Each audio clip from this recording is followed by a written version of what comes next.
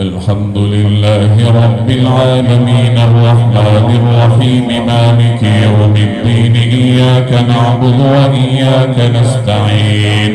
اهدنا الصراط المستقيم صراط الذين أنعمت عليهم غير المغضوب عليهم ولا الضالين. ولقد نادانا نوح فلنعم المجيبون ونجيناه وأهله من الكرب العظيم وجعلنا ذريته هم الباقين وتركنا عليه في الآخرين سلام على نوح في العالمين إنا كذلك نجزي المحسنين إنه من عبادنا المؤمنين ثم أغرقنا الآخرين وإن من شيعته لإبراهيم إذ جاء ربه بقلب سليم إذ قال لأبيه وقومه ماذا تعبدون أئفكا آلهة دون الله تريدون فما ظنكم برب العالمين فنظر نظرة في النجوم فقال إني سقيم فتولوا عنه مدبرين فراغ إلى آلهتهم فقال ألا تأكلون ما لكم لا تنطقون فراغ عليهم ضربا باليمين فأقبلوا إليه يزفون قال أتعبدون ما تنحتون والله خلقكم وما تعملون قالوا ابنوا له بنيانا فألقوه في الجحيم وأرادوا به كيدا فجعلناهم الأسفلين وقال إني ذاهب إلى ربي سيهدين رب هب لي من الصالحين فبشرناه بغلام حليم فلما بلغ معه السعي قال يا بني إني أرى في المنام أني أذبحك فانظر ماذا ترى قال يا أبت افعل ما تؤمر ستجدني إن شاء الله من الصابرين فلما أسلما وتله للجبين وناديناه أن يا إبراهيم قد صدقت الرؤيا إنا كذلك نجزي المحسنين إن هذا لهو البلاء المبين وفديناه بذبح عظيم وتركنا عليه في الآخرين سلام على إبراهيم كذلك نجزي المحسنين إنه من عبادنا المؤمنين وبشرناه بإسحاق نبيا من الصالحين وباركنا عليه وعلى إسحاق ومن ذريتهما محسن وظالم لنفسه مبين ولقد مننا على موسى وهارون ونجيناهما وقومهما من الكرب العظيم ونصرناهم فكانوا هم الغالبين وآتيناهما الكتاب المستبين وهديناهما الصراط المستقيم وتركنا عليهما في الآخرين سلام على موسى وهارون إنا كذلك نجزي المحسنين إنهما من عبادنا المؤمنين وإن إلياس لمن المرسلين إذ قال لقومه ألا تتقون أتدعون بعلا وتذرون أحسن الخالقين الله ربكم ورب آبائكم الأولين فكذبوه فإنهم لمحضرون إلا عباد الله المخلصين وتركنا عليه في الآخرين سلام على الياسين إنا كذلك نجزي المحسنين إنه من عبادنا المؤمنين وإن لوطا لمن المرسلين إذ نجيناه وأهله أجمعين إلا عجوزا في الغابرين ثم دمرنا الآخرين وإنكم لتمرون عليهم مصبحين وبالليل أفلا تعقلون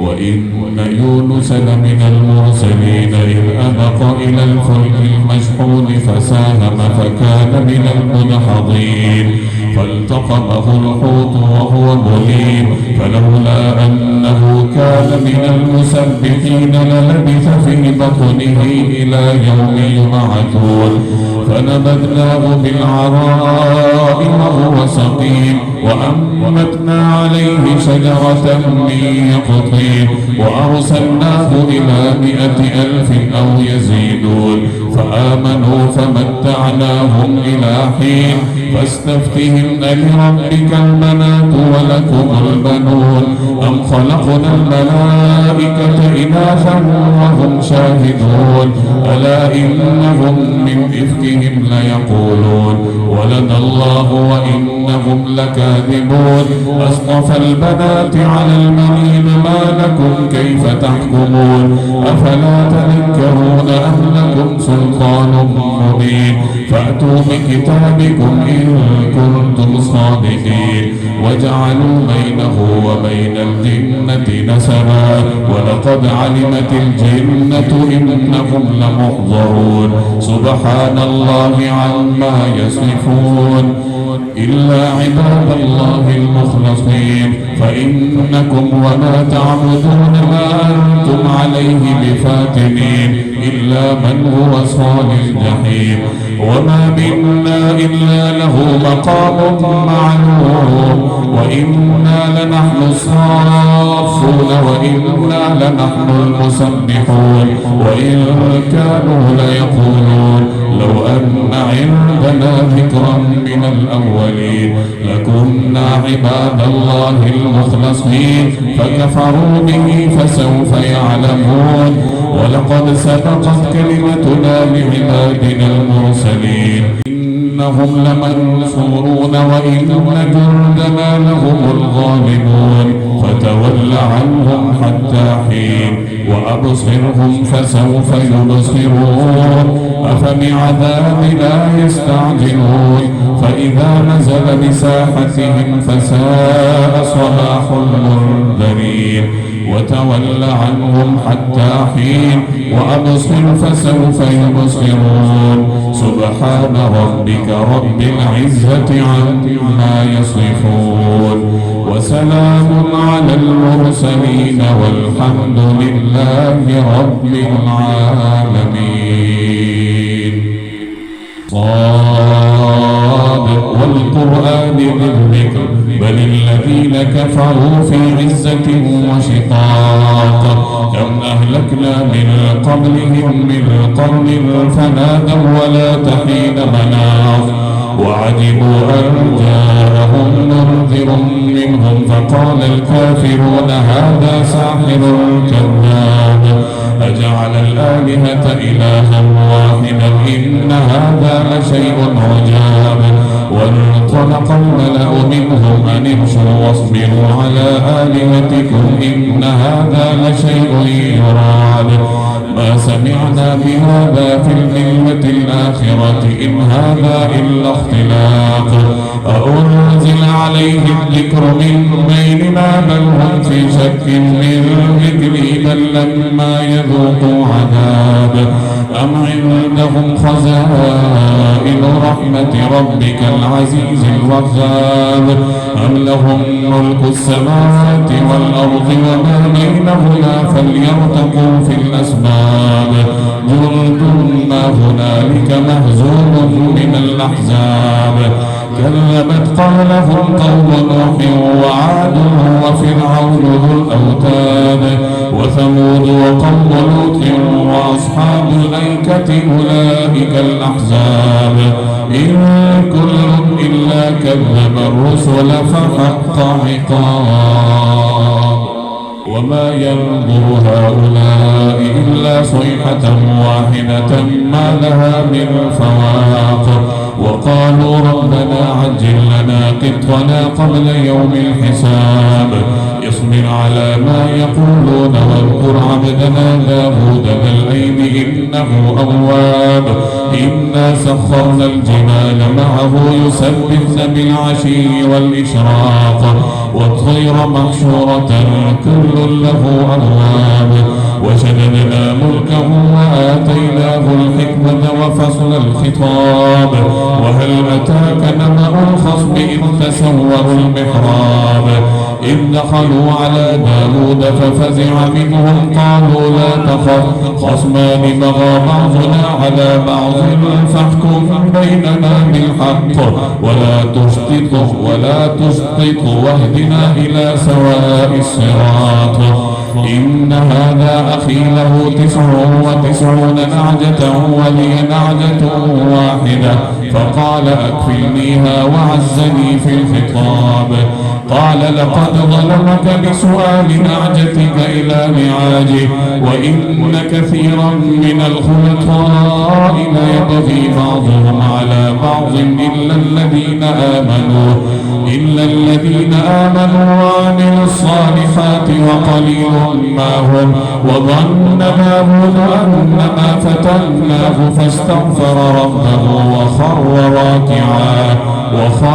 راكعا وأناب فغفرنا له ذلك وإن له عندنا لزلفى وحسن مآب.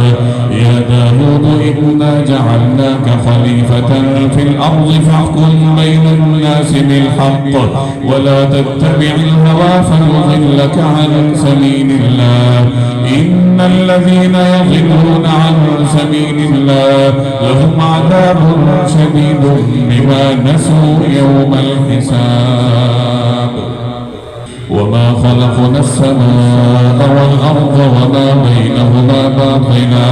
ذلك ظن الذين كفروا فويل للذين كفروا من النار. أم نجعل الذين آمنوا وعملوا الصالحات كالمفسدين في الأرض أم نجعل المتقين كالفجار.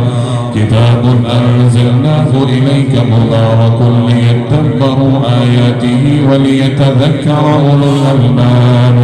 ووهبنا لداود سليمان نعم العبد إنه أواب.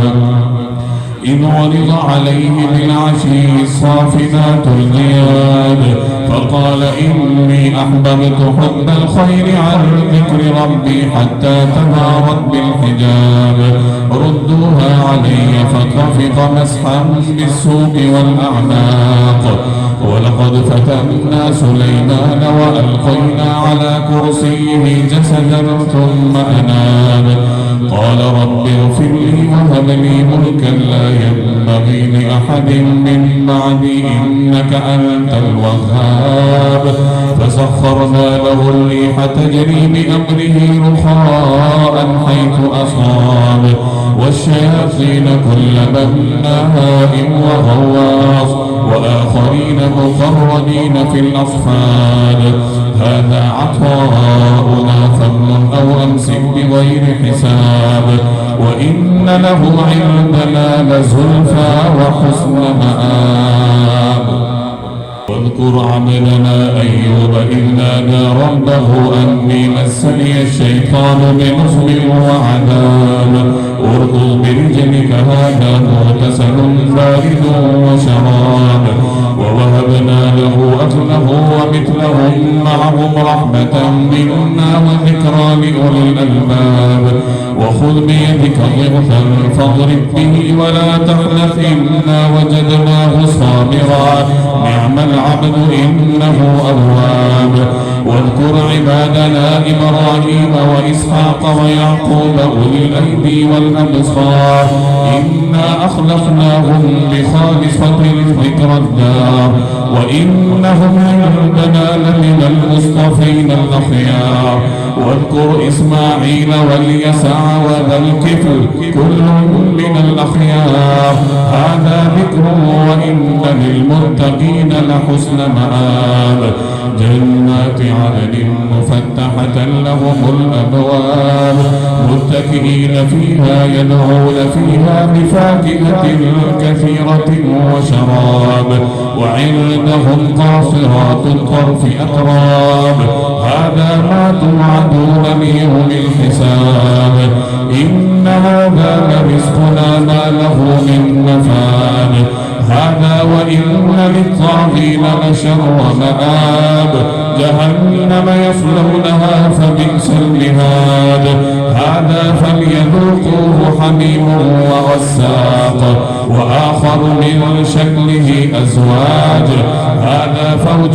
مقتحم معكم لا مرحبا بهم إنهم صالوا النار قالوا بل أنتم لا مرحبا بكم أنتم قدمتموه لنا فبئس القرار قالوا ربنا من قدم لنا هذا فزده عذابا ضعفا في النار وقالوا ما لنا لا نرى رجالا كنا نعدهم من الأشرار اتخذناهم سخريا أم زاغت عنهم الأبصار إن ذلك لحق تخاصم أهل النار قل إنما أنا منذر وما من إله إلا الله الواحد القهار رب السماوات والأرض وما بينهما العزيز الغفار قل هو نبأ عظيم أنتم عنه معرضون ما كان لي من علم بالملأ الأعلى إذ يختصمون إن يوحى إلي إلا أنما أنا نذير مبين إذ قال ربك للملائكة إني خالق بشرا من طين فإذا سويته ونفخت فيه من روحي فقعوا له ساجدين فسجد الملائكة كلهم أجمعون إلا إبليس استكبر وكان من الكافرين قال يا إبليس ما منعك أن تسجد لما خلقت بيدي أستكبرت أم كنت من العالين قال أنا خير منه خلقتني من نار وخلقته من طين قال فاخرج منها فإنك رجيم وإن عليك لعنتي إلى يوم الدين قال رب فأنظرني إلى يوم يبعثون قال فإنك من المنظرين إلى يوم الوقت المعلوم قال فبعزتك لأغوينهم أجمعين إلا عبادك منهم المخلصين قال فالحق والحق أقول لأملأن جهنم منك وممن تبعك منهم أجمعين قل ما أسألكم عليه من أجر وما أنا من المتكلفين إن هو إلا ذكر للعالمين ولتعلمن نبأه بعد حين تنزيل الكتاب من الله العزيز الحكيم إنا أنزلنا إليك الكتاب بالحق فاعبد الله مخلصا له الدين ألا لله الدين الخالق والذين اتخذوا من دونه أولياء ما نعبدهم إلا ليقربونا إلى الله زلفى إن الله يحكم بينهم فيما هم فيه يختلفون إن الله لا يهدي من هو كاذب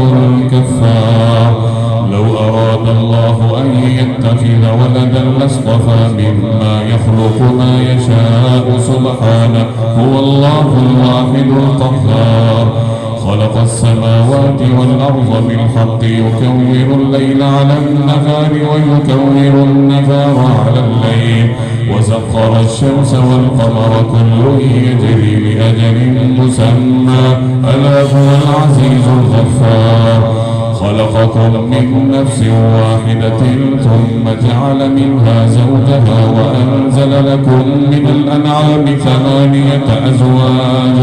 يخلقكم في بطون أمهاتكم من بعد خلق في ظلمات 3 ذلكم الله ربكم له الملك لا إله إلا هو فأنا تصرفون إن تكفروا فإن الله غني عنكم ولا يرضى لعباده الكفر وإن تشكروا يرضه لكم ولا تزر وازرة وزر أخرى ثم إلى ربكم مرجعكم فينبئكم بما كنتم تعملون إنه عليم بذات الصدور وإذا مس الإنسان ضر دعا ربه منيبا إليه ثم إذا خوله نعمة منه نسي ما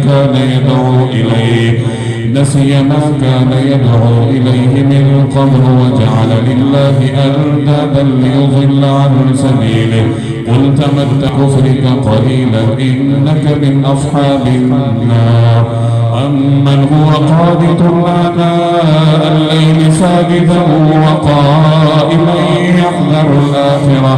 يحذر الآخرة ويرجو رحمة ربه قل هل يستوي الذين يعلمون والذين لا يعلمون إنما يتذكر أولو الألباب قل يا عبادي الذين آمنوا اتقوا ربكم للذين أحسنوا في هذه الدنيا حسنة وأرض الله واسعة إنما يوفى الصابرون أجرهم بغير حساب قل إني أمرت أن أعبد الله مخلصا له الدين وأمرت لأن أكون أول المسلمين قل إني أخاف إن عصيت ربي عذاب يوم عظيم قل الله أعبد مخلصا له ديني فاعبدوا ما شئتم من دونه قل إن الخاسرين الذين خسروا أنفسهم وأهليهم يوم القيامة ألا ذلك هو الخسران المبين لهم من فوقهم ظلل من النار ومن تحتهم ظلل ذلك يخوف الله به عباده يا عباد فاتقون والذين اجتنبوا الطاغوت أن يعبدوها وأنابوا إلى الله لهم البشرى فبشر عباد الذين يستمعون القول فيتبعون أحسنه أولئك الذين هداهم الله وأولئك هم أولو الألباب أفمن حق عليه كلمة العذاب أفأنت تنقذ من في النار لكن الذين اتقوا ربهم لهم غرف من فوقها غرف مبنية تجري من تحتها الأنهار وعد الله لا يخلف الله الميعاد ألم تر أن الله أنزل من السماء ماء فسلكه ينابيع في الأرض ثم يخرج به زرعا مختلفا ألوانه ثم يهيج فتراه مصفرا ثم يجعله حطاما إن في ذلك لذكرى لأولي الألباب أفمن شرح الله صدره للإسلام فهو على نور من ربه فويل للقاسية قلوبهم من ذكر الله أولئك في ضلال مبين الله نزل أحسن الحديث كتابا متشابها مثانية تقشعر منه جلود الذين يخشون ربهم ثم تلين جلودهم وقلوبهم إلى ذكر الله ذلك هدى الله يهدي به من يشاء ومن يضلل الله فما له من هاد أفمن يتقي بوجهه سوء العذاب يوم القيامة وقيل للظالمين ذوقوا ما كنتم تكسبون كذب الذين من قبلهم فأتاهم العذاب من حيث لا يشعرون فأذاقهم الله الخزي في الحياة الدنيا ولعذاب الآخرة أكبر لو كانوا يعلمون ولقد ضربنا للناس في هذا القرآن من كل مثل لعلهم يتذكرون قرآنا عربيا غير ذي عوج لعلهم يتقون ضرب الله مثلا رجلا فيه شركاء متشاكسون ورجلا سلما لرجل هل يستويان مثلا الحمد لله بل أكثرهم لا يعلمون إنك ميت وإنكم ميتون ثم إنكم يوم القيامة عند ربكم تختصمون فمن أظلم ممن كذب على الله وكذب بالصدق إذ جاءه أليس في جهنم مثوى للكافرين والذي جاء بالصدق وصدق به أولئك هم المتقون لهم ما يشاءون عند ربهم ذلك جزاء المحسنين ليكفر الله عنهم أسوأ الذي عملوا ويجزيهم أجرهم بأحسن الذي كانوا يعملون أليس الله بكاف عبده ويخوفونك بالذين من دونه ومن يضلل الله فما له من هاد ومن يهد الله فما له من مضل أليس الله بعزيز ذي انتقام ولئن سألتهم من خلق السماوات والأرض ليقولن الله قل أفرأيتم ما تدعون من دون الله إن أرادني الله بضر هل هن كاشفات ضره أو أرادني برحمة هل هن ممسكات رحمته قل حسبي الله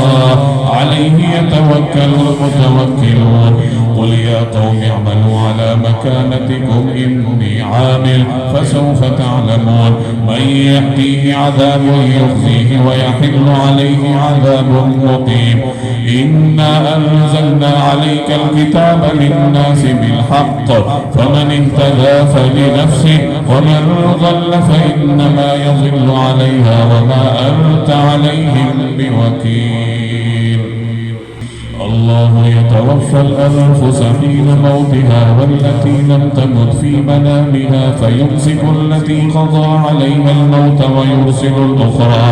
ويرسل الأخرى إلى أجل مسمى إن في ذلك لآيات لقوم يتفكرون أم اتخذوا من دون الله شفعاء قل أولو كانوا لا يملكون شيئا ولا يعقلون قل لله الشفاعة جميعا له ملك السماوات والأرض ثم إليه ترجعون وإذا ذكر الله وحده اشمأزت قلوب الذين لا يؤمنون بالآخرة وإذا ذكر الذين من دونه إذا هم يستبشرون قل اللهم فاطر السماوات والأرض عالم الغيب والشهادة أنت تحكم بين عبادك فيما كانوا فيه يختلفون ولو أن للذين ظلموا ما في الأرض جميعا ومثله معه لافتدوا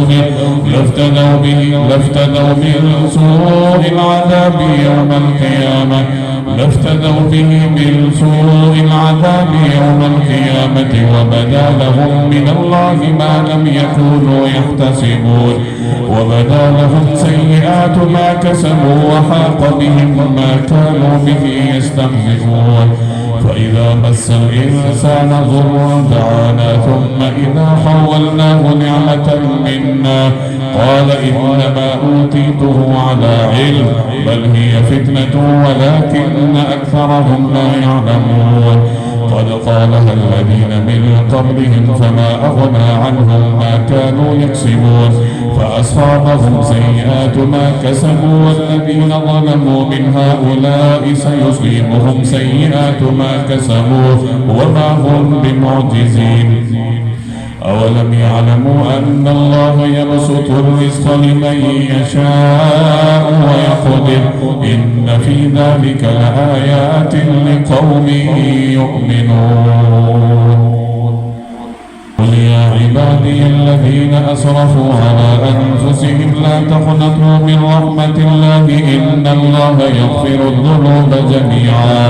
إنه هو الغفور الرحيم وأنيبوا إلى ربكم وأسلموا له من قبل أن يأتيكم العذاب ثم لا تنصرون واتبعوا أحسن ما أنزل إليكم من ربكم من قبل أن يأتيكم العذاب بغتة وأنتم لا تشعرون أن تقول نفس يا حسرة على ما فرطت في جنب الله وإن كنت لمن الساخرين أو تقول لو أن الله هداني لكنت من المتقين أو تقول حين ترى العذاب لو أن لي كرة فأكون من المحسنين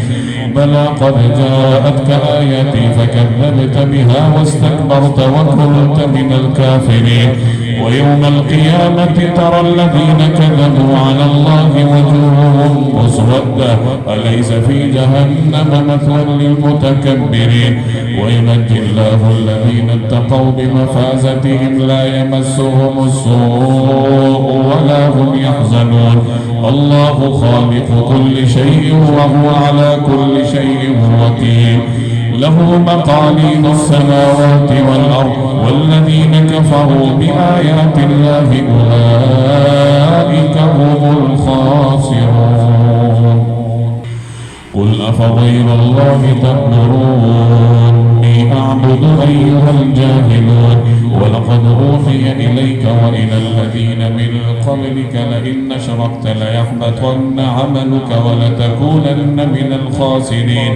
بل الله فاعبد وكن من الشاكرين وما قدر الله حق قدره والأرض جميعا قبضته يوم القيامة والسماوات مطويات بيمينه سبحانه وتعالى عما يشركون ونفخ في الصور فصعق من في السماوات ومن في الأرض إلا من